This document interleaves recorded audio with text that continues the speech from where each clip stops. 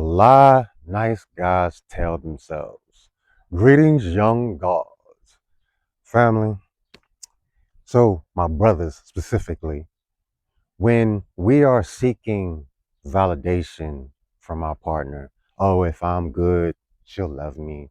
If I take care of everything, she'll love me. If I'm always there for her, if I'm always available for her, you know, she'll love me. When you're actually putting yourself out there in a space that does not bring any form of safety to the female form.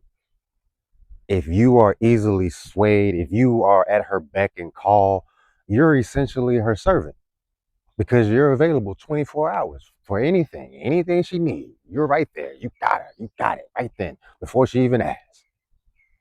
And well, now you're a servant. Now you are in friend zone. You're literally putting yourself in the friend zone. That's why nice guys end up in the friend zone because you're so readily available.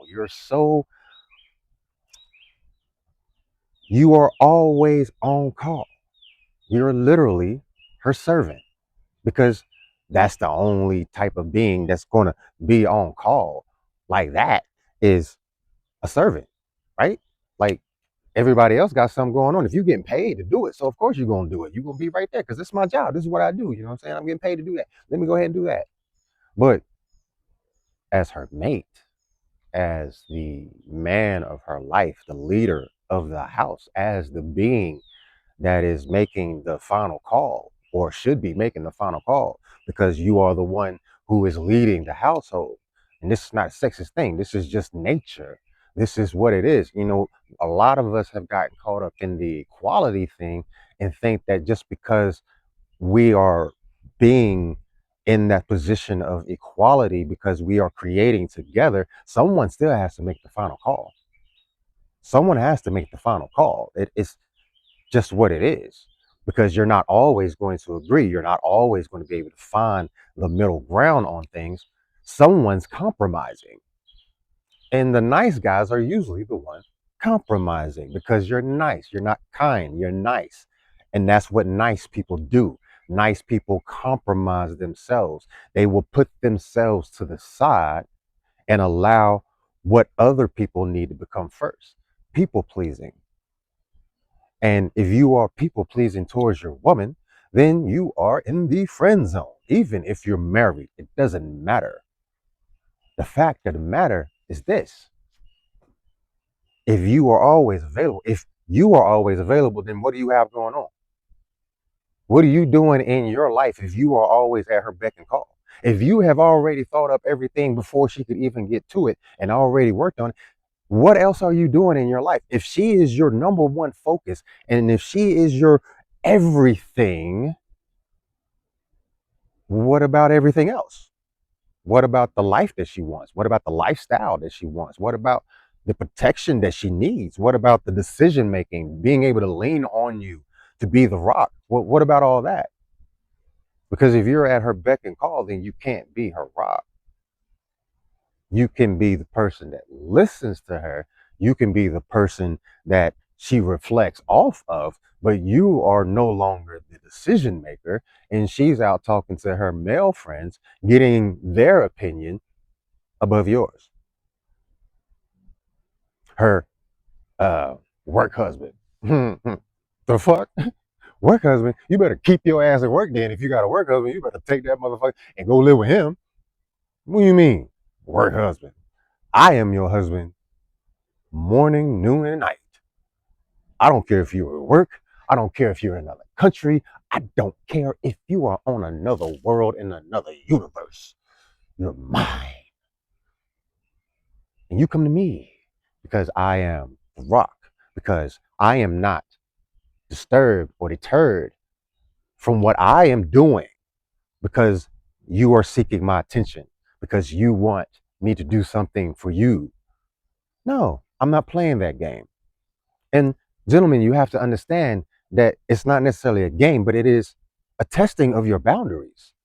They want to see what will you do. Oh, I don't want to hear her bitching and moaning about this shit, so I'm just gonna be on. No, no, no, no, no, no. First of all, you don't take the bitching and moaning. All right, if that's where you're going, I'll talk to you later. See, you think you got to sit there and take the bitch in the morning because you want to be good because then she'll love you. No. See, a lot of the things that people look at as bad boy qualities are qualities of a man who is assured of himself. And so you'll say, oh, well, he's just a bad man. Why are you with him? Why are you with him? And as much as you bitch and moan about why she with him, she's still going to be with him because he is the man of the house. You don't like it because you don't want to feel like you're stepping over some sort of boundary when in essence, it is you not stepping into your manhood. You're uncomfortable with your power. Mm. And I know this from personal experience. I've been there, done that. I know.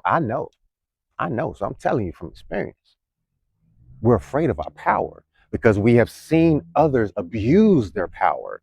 We have seen others take it too far. And so when we see them take it too far, like, oh, I can't do none of that.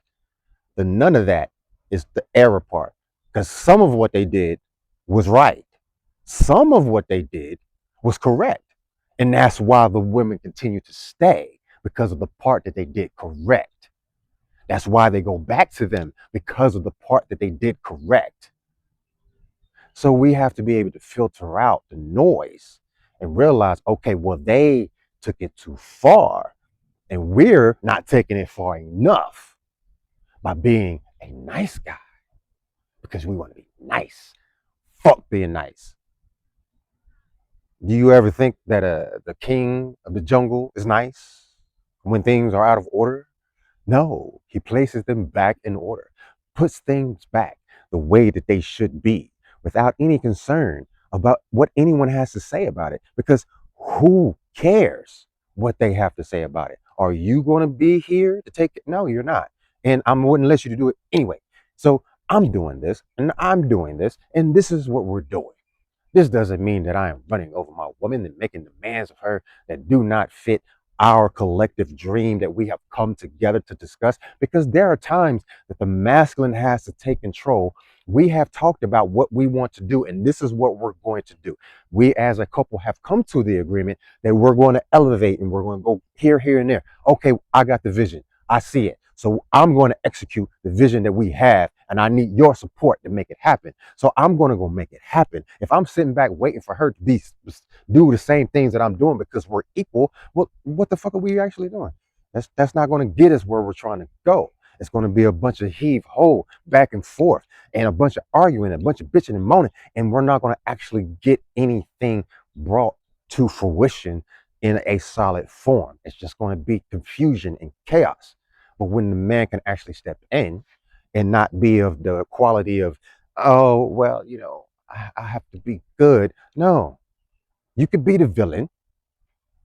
It's okay to be the villain, which means the villain of her story. She's getting mad at you, going to tell her friends stupid shit. But guess what? When you bring them results, she's going to shut the fuck up.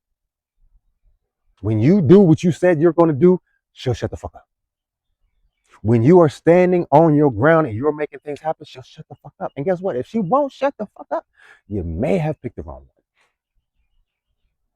And the fact of the matter is, if you have that mindset, if you even have that mindset and you walk in that, knowing that you don't need her, that we are together as a team and she can be fired just like any other teammate, then things shift a little bit. It's not the same because you can't be run over. You have boundaries. You know who you are and you know what you will accept and you know what you expect. And anything less than that, well, we're not compromising on that. We'll have a discussion. No, I don't like this behavior. This is not what we discussed that we were going to do. This is not how we operate. So what's going on with you, babe? What's going on with you? Oh, you don't really have it. Okay, well, I need you to not come at me like that because that's disrespectful and you are not respecting my boundaries. And you know that I love me and I respect me. And if you can't respect my boundaries, then we cannot continue to go forward. And this is for anyone. And this is why we're not nice because we have boundaries and we stand on those things and we don't let anybody come in between us and all that we have for this world. And you know why? Because our world, young gods. So let's